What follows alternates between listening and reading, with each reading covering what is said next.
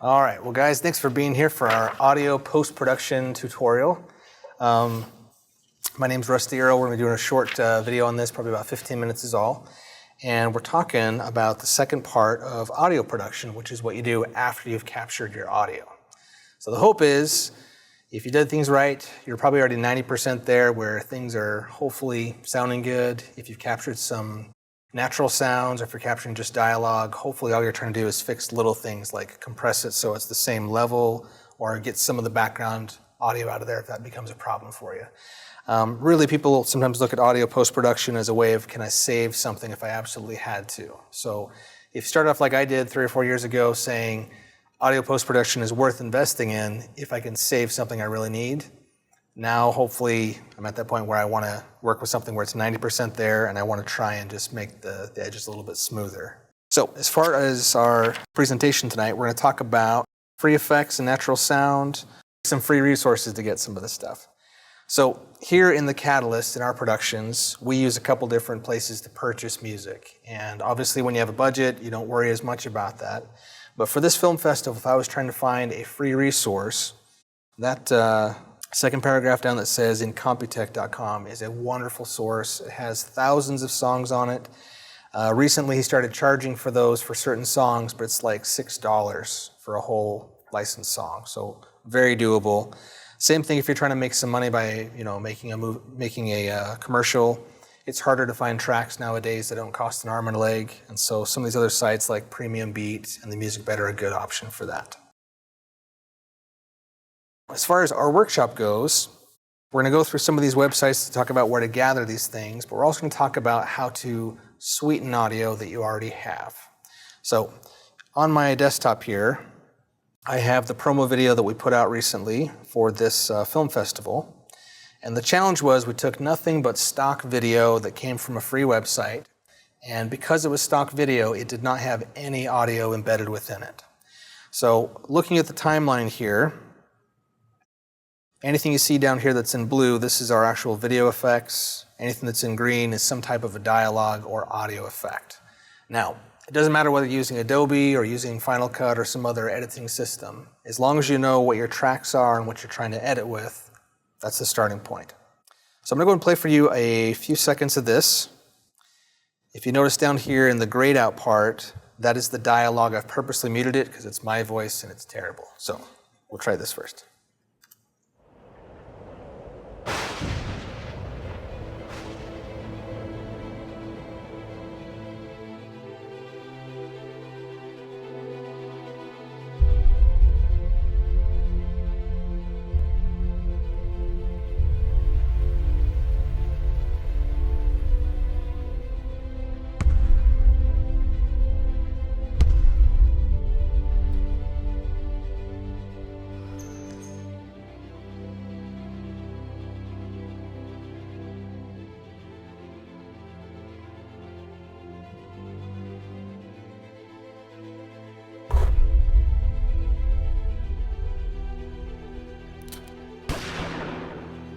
So with this track right here, some things are obvious where you have an effect, it's powerful like someone shooting a gun, and if we don't hear it, it's going to be pretty lame. But the idea is now we've got the track, and if I want to actually be able to make that work, where am I going to find a realistic gunshot? So going to my resources, one of the websites we have up there first is called Freesoundorg. And it's a collection of free sound effects and natural audio, meaning they didn't scrub 2 pieces of paper together to get a wind sound. They actually recorded the real natural sound for it. And on this website, you do have to log in with a simple, create your own account for this. But once you're logged into it, you can download anything as far as wave formats and size and different types of file sizes depending on your editing system. So let's just say I type in gunshot. And as it's given me different options for this, some of these are definitely Foley pieces. Foley meaning it's been made up. It was not a real sound effect. And sometimes they'll be nice. They'll actually say shotgun or they'll say 45 or whatever. And so you go along and you can basically preview these. And I'm assuming this is a real shotgun here.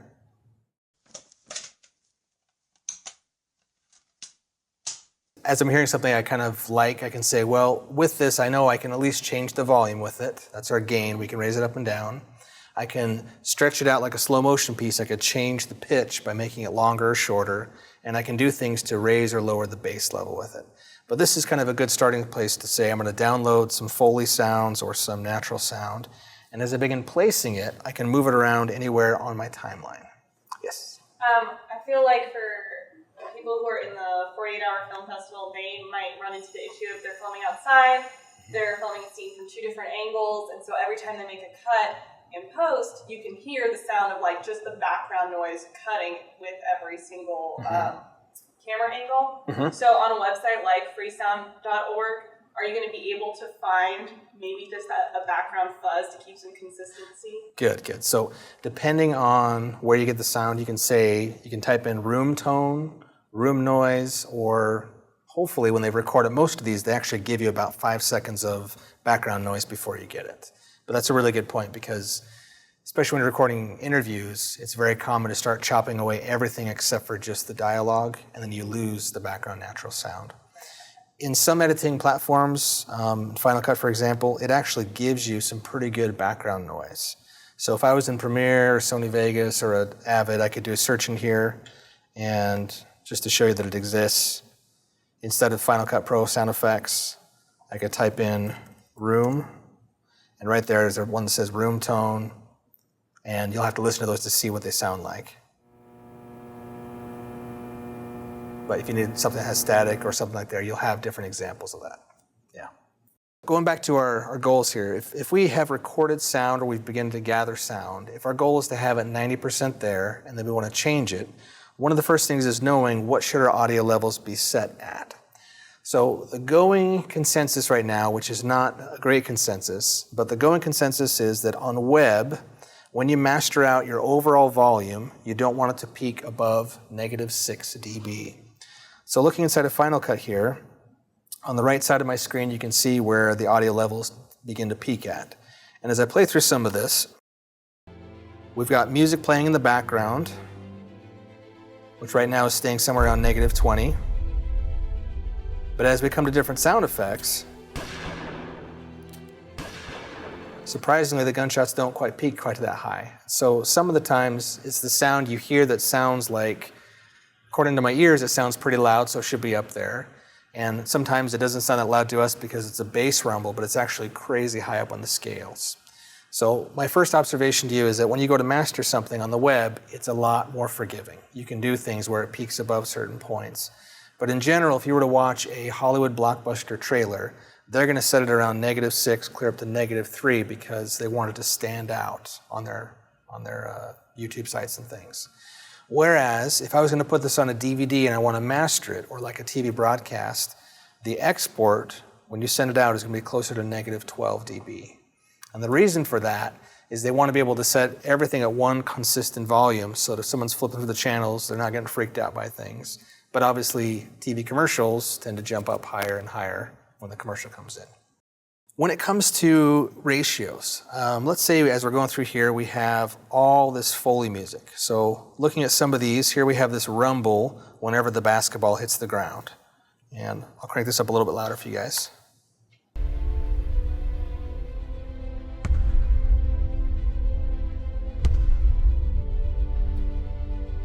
You see where it kind of peaks right there? So we've added a deep rumble sound to this, and where that comes in, we want that to be, something very, very loud to it. But the dialogue, obviously, if they're going to say something, it has to fit in there somewhere else. And so one of the tricks of fitting in dialogue is you layer different tracks based on the storyline. So let's say we've recorded a voiceover for this. In my case, my scary voice here. 48 hours to create an original story. And by turning off and on different tracks, I can tell where my voice stands out right now. So if I turn off my music track and the effects, and I watch just those audio levels, we can see that. 48 hours. 48 hours to create an original story. So somewhere around -6 right now, maybe down around -10 or so for that. Now, when it comes to having layers that match themselves. At some point I go through and if I've cleaned up my audio and I say, you know what, this dialogue is working for me, I'm going to go back in there, I'm going to compress it so that all of it stays within a certain level. Then if I go back to my music side here, this is officially the music bed when you have a single track here. As I begin playing this, obviously I don't want it to compete with my person speaking here, so kind of a good sound to noise ratio would be around 1/3. So if let's just say 100% was the highest my voice gets, maybe about 1/3 of that was where my music's going to play, but not always. So as you're playing something like a soundtrack, you might decide the common thing is, well, no one's speaking, so I'll make it louder. And the moment they begin coming in there, I might drop it down. So we'll use things like curves or different ways of kind of reducing that volume just so it kind of matches easier. And then once you feel good about your music and your dialogue here, I'll put those both back in. A failure and success.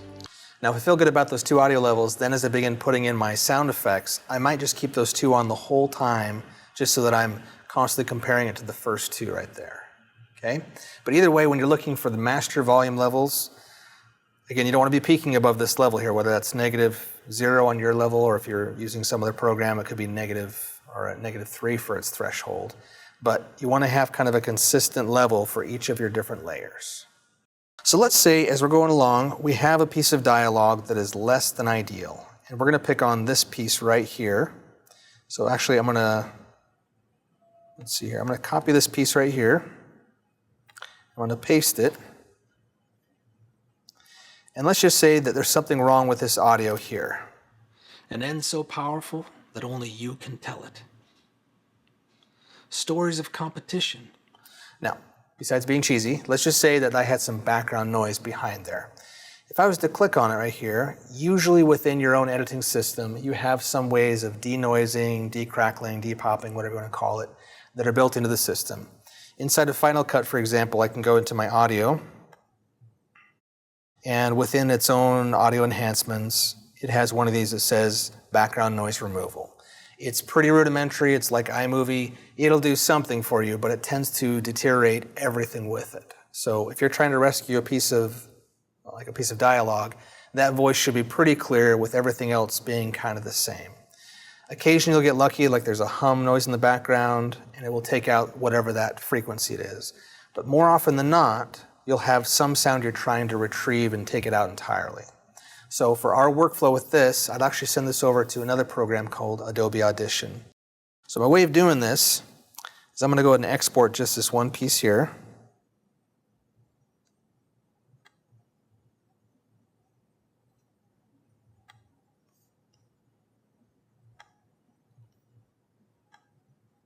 And in this case, it's just the audio, so it's going to be a pretty small file.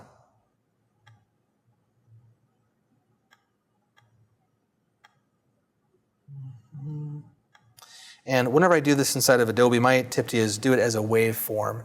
It's the biggest file format, but you will preserve more information that way.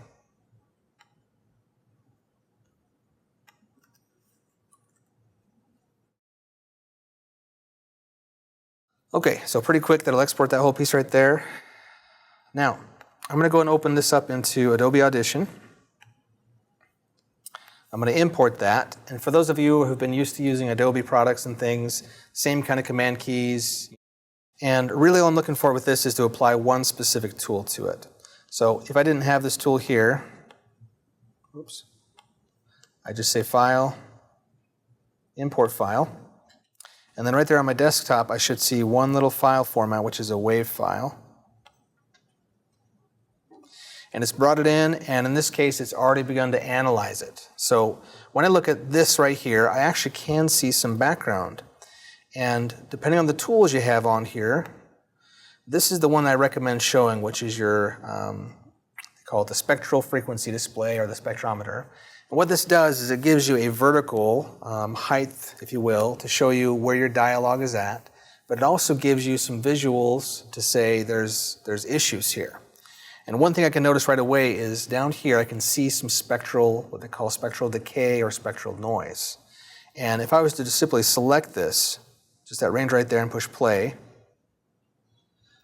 I may not be able to hear it unless I have some good speakers or a good set of headphones on, but my audio waveform down here this is actually showing me that there's some noise back here.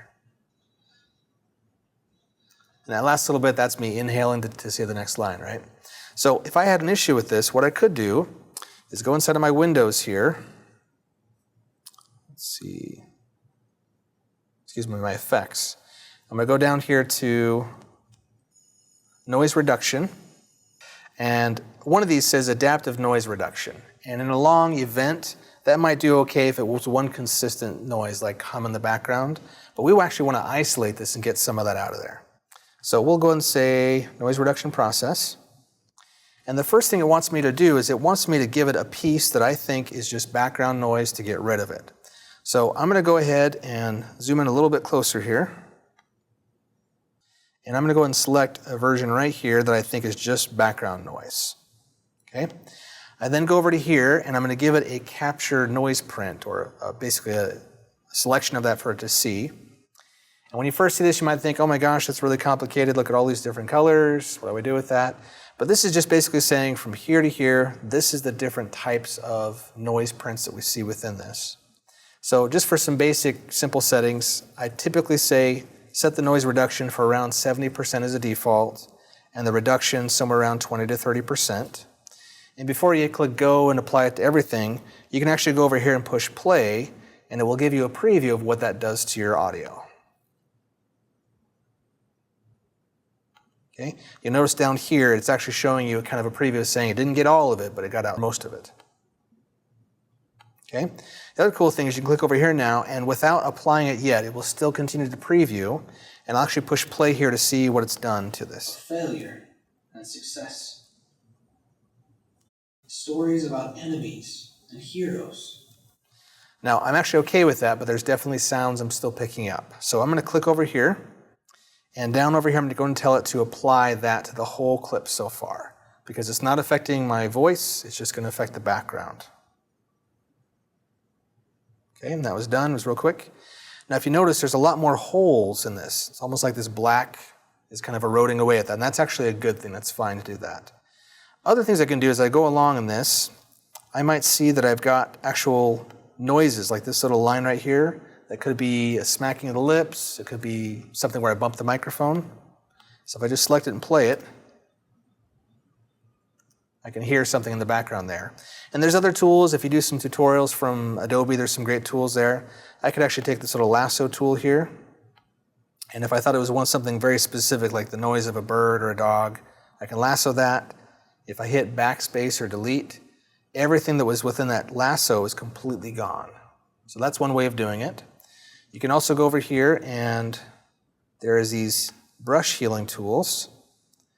And these by themselves will not delete it 100%, but it does it almost like painting, layers of it. So I could go to this one and say, take off most of that. It didn't take off all of it, it took off most of it. So as far as my tools of choice, if I'm gonna go in and I really wanna manually pick out sounds like barking dogs in the background, cicadas, something like that, I'll bring it over to Adobe Audition. And even though I'm a Final Cut guy and I work in Final Cut, this is one step that I know I can do all my audio tools instead of Adobe Audition. Now, assuming all done with this, I go and tell this to export the file. I'll dump this on my desktop. Now, back inside of Final Cut, I'll go and import that audio clip there.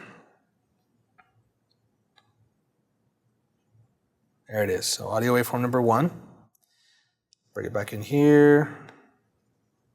Now, I'm being kind of lazy today by just dumping this on my desktop, but whatever your drive it is you're working on, obviously you want to keep that organized. So I'm going to bring this here and I can drag it right on top of the old one. Or if I work in Premiere or Media Composer where you have to be relegated to certain tracks, you can put on the same track there, but just lining them up. And if I really wanted to see what the difference was, if I open this up a little bit wider, you can actually see that the waveform, this is the top, this is the new one here.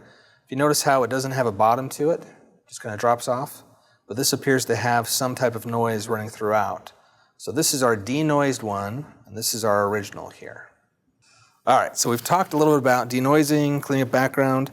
Again, if there's specific sounds you're after, my encouragement is just have patience, and if you really want to get it out, you can take the time to get it out. Adobe Audition is your friend. Again, there's lots of other programs out there that will do similar things. There's another company called Audio Soap that does a great job. It's a standalone product, so you'd have to export out your audio just like in Final Cut, fix it somewhere else, and then bring it back inside of Post. Now, as far as workflow, we've talked briefly about where to get Foley objects, where to get some natural sound, but as far as workflow, this is essentially how I start this off normally. Here we have another project. We've created a teaser for a new documentary we're working on about the Underground Railroad. And if you notice over here, we're using a little different layout, but instead of Final Cut, instead of having tracks, we have something called rolls. And this allows me to assign basically a roll to any type of audio track I need. And with that, I can place my dialogue anywhere. It doesn't have to be on any one track. I could place it above or below. But the idea is that no matter where I place things, as long as I'm assigning it to something, I can turn those things on and off. So this is the workflow. Here I have 1 minute of video clips. I'm going to change the viewer just so you can see kind of a thumbnail of this. And you notice I've actually got multiple layers of clips on top of this. So I'm going to go and play for you the video clip, and then we're going to basically take this one step at a time to see how would we add the dialogue, the music, and what order we do the operations in. So this is what it's supposed to look like. Slavery is founded on the selfishness of man's nature, opposition to it on his love of justice.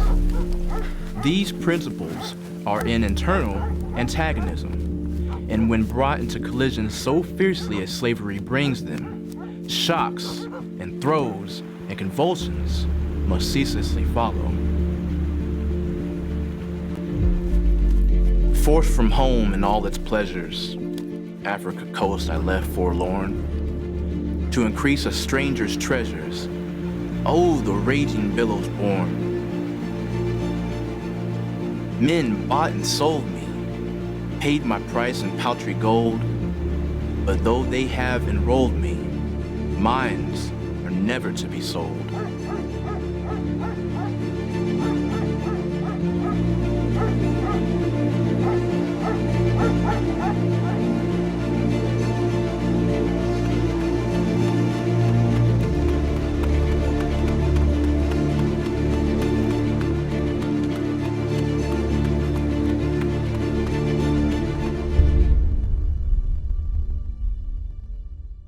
Okay, so if that's the track we've built, there's actually a number of other versions of this, but we have within this, just like the last one, we have music.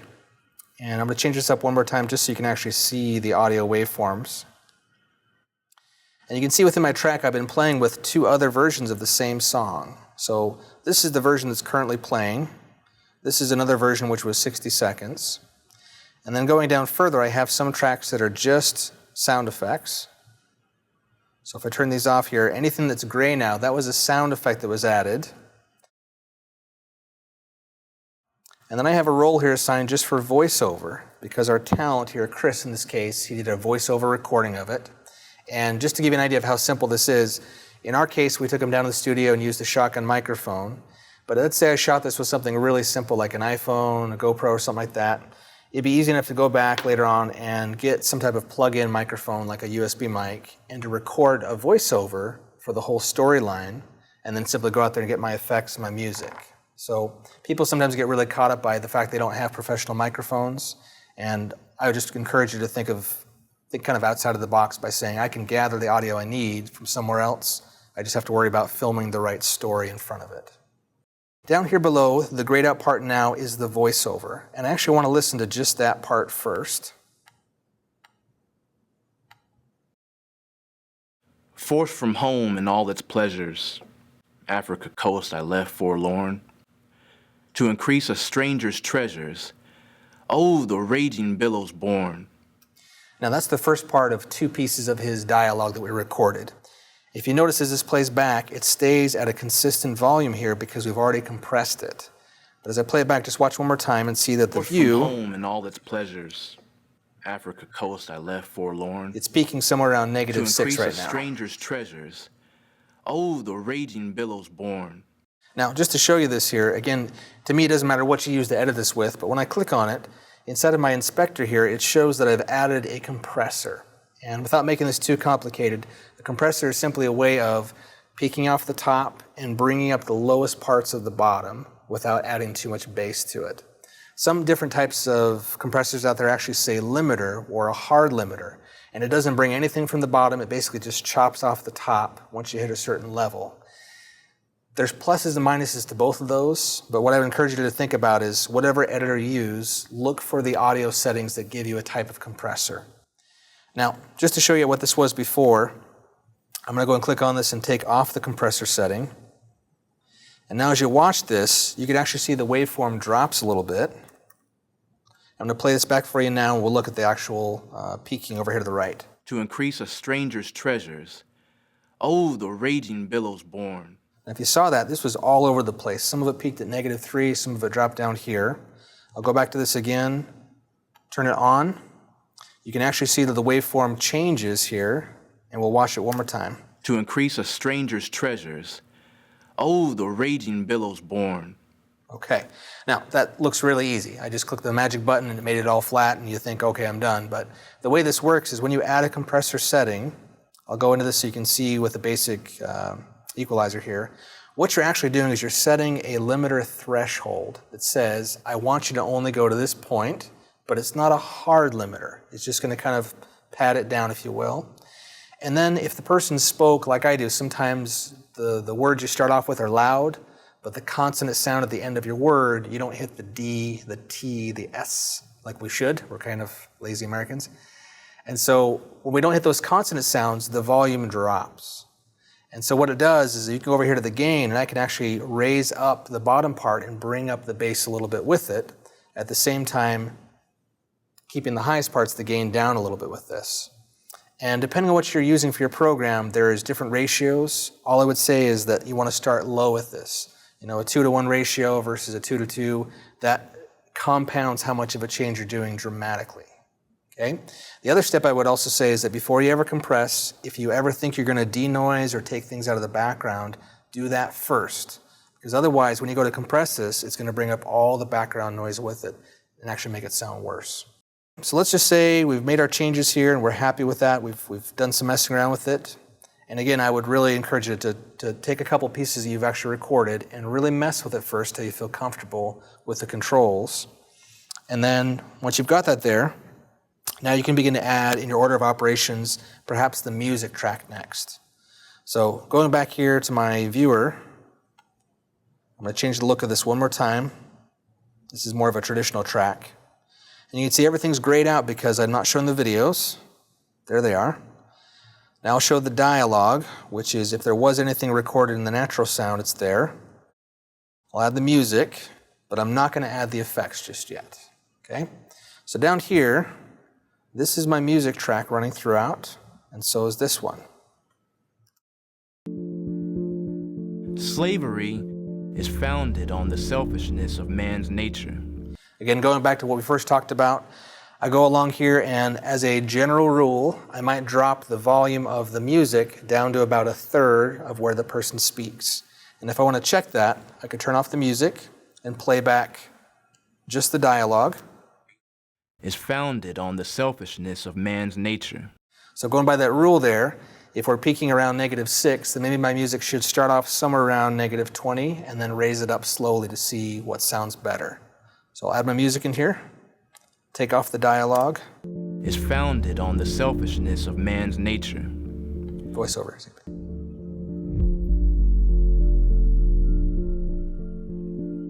You can actually see some of that actually comes up quite high with that. So depending on if you actually want to take the manual controls and raise up the music some of the time and bring it down some of the time, these are all things you can use to gauge that.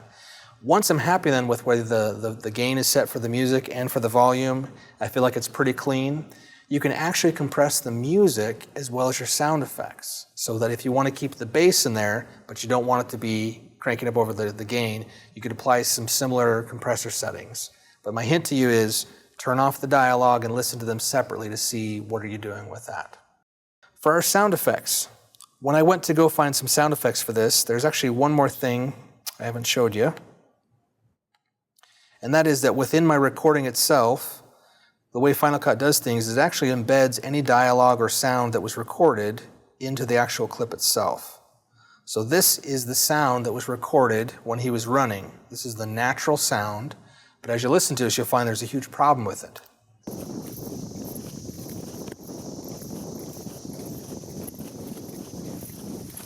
So we got some kind of chain or key sound effect here of him running into his pocket. It doesn't quite sound like chains or like anything a slave would have. It sounds like keys in your pocket. We have some noise coming off the camera when it smacks into the branches and things. And then the biggest thing is we have the cicadas droning on in the background. So for us, because we filmed this in that part of the summer, it's what it was, but we really can't use it. So in our case, I still want to have running sound effects. I still want to hear what sounds like someone breathing and running through there, but I'm going to have to fake it if I can. So going back here, I came across a recording on Freesoundorg, and it's this one right here called Men Running, Forest, Breathing. Got lucky there, all right? When I play it back, so again, I'll take off my dialogue and just effects here.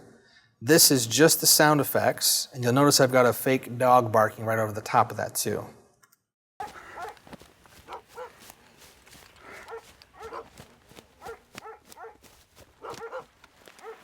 Now I'm still not 100% happy with the running. There's definitely kind of a twiggy sound like he's running through things. It sounds like he's breaking branches instead of brushing through the underbrush. But for now, we'll call that good for our Foley sound for that. The dog barking again, because it's a sound effect, I could do all kinds of things with it. What if I didn't think it was deep enough? What if it sounds like it's a little poodle or something like that? I can go in here, and again, depending on your editor, I could find some ways of adjusting that sound. So here within Final Cut, within the audio effects, I can click on some distortions, and some of these could work. In this case, I'm going to click on all, and I want to add a bass enhancer. I want to make it sound a little bit deeper, and basically what I'm doing is I'm adding a graphic equalizer that's going to raise up the bass by about 30%. So you may not be able to hear it here, but when I drop it on top, sometimes you'll actually see an actual difference in the waveform, and if I was playing this back on a good set of headphones, I would notice this sounds about 10% deeper than it did before. And of course, I can go in there, I can then look at this manually and see that, oh wow, look at that, it changed it by about 30%. I could change it up some more if I wanted to. But it's just an idea of saying I could retime this, I could enhance that sound if I wanted to. Another kind of cool effect, just to change the pitch, would be to actually change the timing on this. Now, I won't show you the whole process how you do this, but within Final Cut, I can select that, and I can speed up this whole thing by 180%, and now the dogs will sound quite a bit different.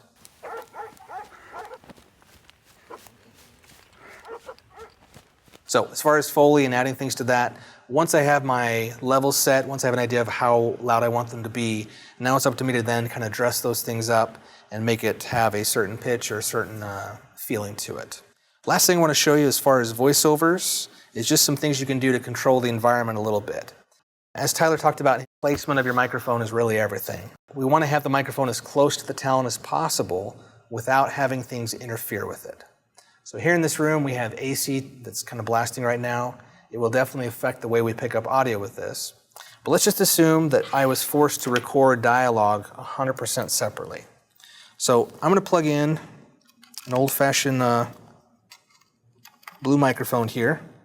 It's powered by the USB, so all I have to do is have a laptop or something that has that. And within my editor, I'm going to open up the voiceover dialogue, and right within this I can record it here, or you can go out to Audacity or some other program to record it separately if you wanted to. But in this case, I'm going to get this as close to me as I can and do a couple scratch recordings just to see, am I getting the puff of my voice coming back? What am I picking up that's bad from this? Now, I'm going to go and record this. This won't damage anything in my timeline, and we'll go back separately to adjust this.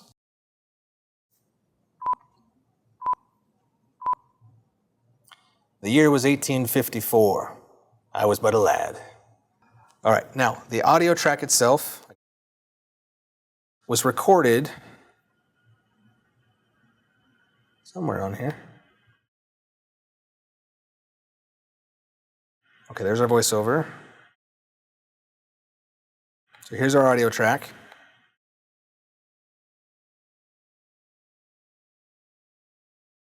I'm going to move this out of the way just so I can be able to hear it clearly and be able to test that. The year was 1854. I was but a lad.